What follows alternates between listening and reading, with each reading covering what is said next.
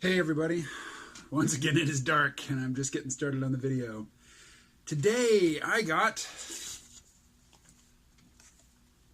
my first Apple product of the 21st century. It's an iPad. It's been a very, very frustrating day with an iPad. I won't even recount my frustrations. I'll just say that it was like 3 or 4 hours of frustration before I discovered that this thing doesn't work.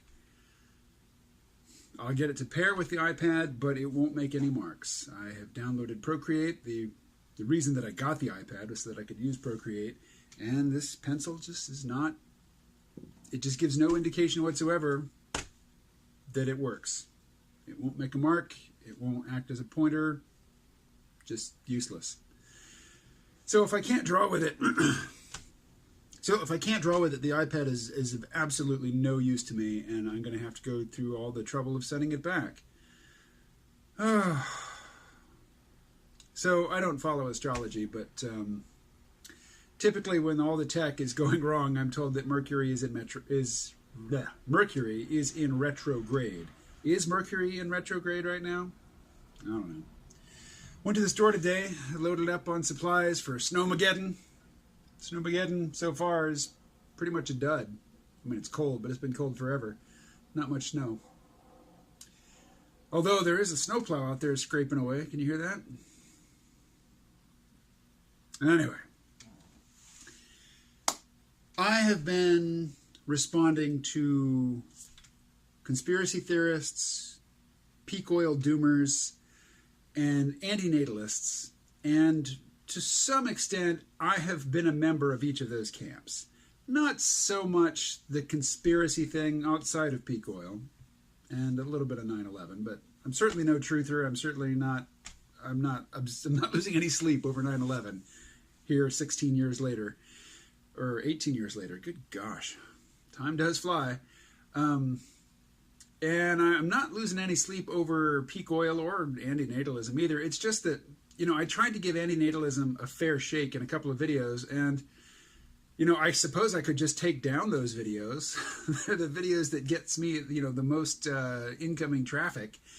But the comments I get from people on those videos are just awful. But they're of a piece. They're the peak oil, the conspiracy theories, and the antinatalism, and specifically, the human-hating antinatalists, the misanthropes.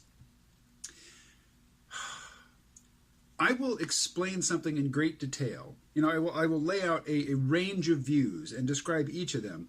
And then somebody will just post, not just one somebody, but many somebodies repeatedly over and over for years on end, will post something. They'll just scream, say there's a total range of 10 views that you can have on a given topic. And I describe each of them. Their response will be to pick the one that they subscribe to and just all cap it and call me a psychopath and, say, if you can't see this, you're an idiot. And it's like, okay, dude or madam, I understand your point. I actually summarized it pretty fairly. But then I gave some other, possible points of view as well. And for including yours in the panoply, I'm a psychopath. So I know there are very smart people who are into the whole peak oil theory, and some of the smart people realize that, if civilization crashes from lack of hydrocarbon fuels half a century from now, that's pretty much right now. But other people, they've been insisting for the 12 plus years that I've been paying attention, and probably for much longer, that it's all going to crash tomorrow. Absolutely tomorrow. If it doesn't crash tonight, it's going to crash tomorrow. And, for 12 plus years, and much longer, just 12 plus years that I've been paying attention, they've been wrong every single day. But if I say, it could be that this peak oil thing is going to take its time, and that there might be another 10 or 20 years, and in that time, trends in technology are going to give rise to some complications that we're going to have to deal with.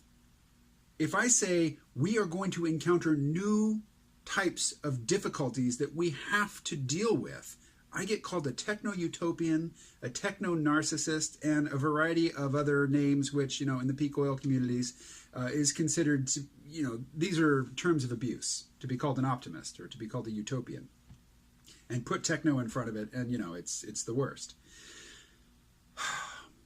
I'm a techno optimist because I think ubiquitous surveillance from us all having all of these devices is going to give rise to problems.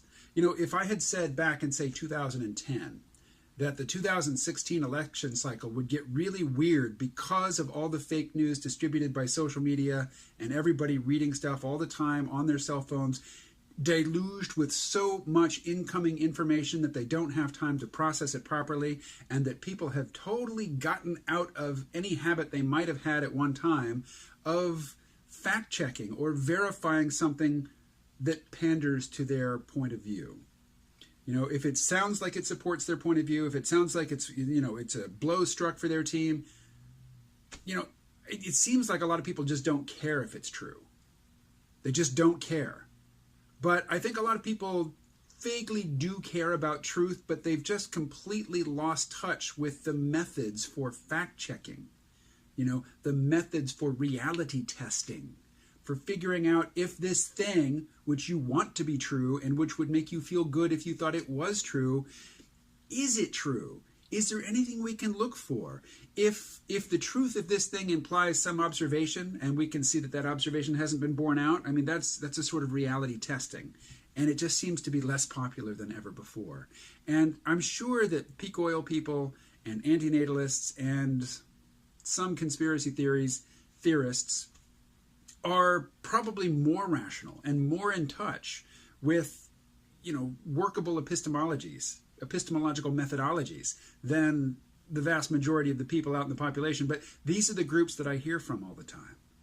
And the irrationality rampant in these three communities is just, it's nerve jangling for me.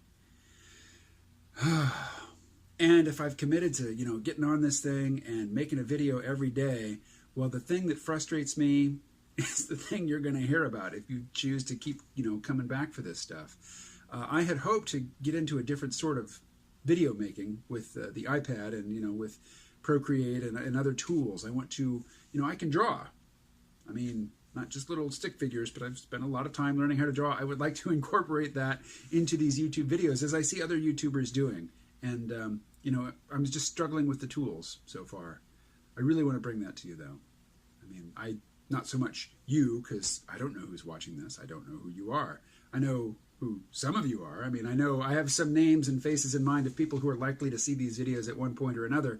But most of the people watching them, I don't know who they are. But even so, if you're in my audience, then you're on my team. And even though I don't know anything about you, I want to do you a solid. That's just a quirk of human psychology.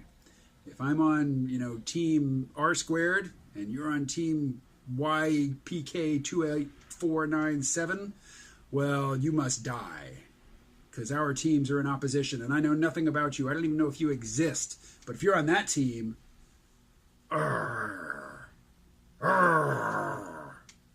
okay. So, funny faces. That's my new gimmick. Folks, I'm just jabbering. I will talk to you again tomorrow, probably, hopefully, with something to say and some notion as to how I'm going to say it before I hit record. Maybe not, though. Okay, I'm done. All done.